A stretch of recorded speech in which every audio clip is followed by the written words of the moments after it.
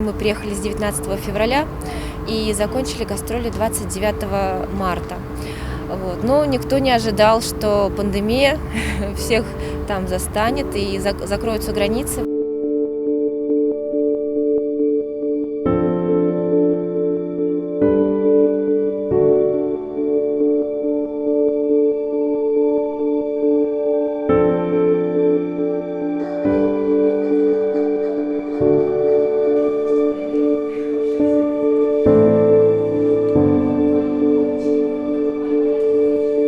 Помощник там директора, он ищет возможности, где нам можно подработать, чтобы не просто так сидеть, и чтобы животных как-то прокормить.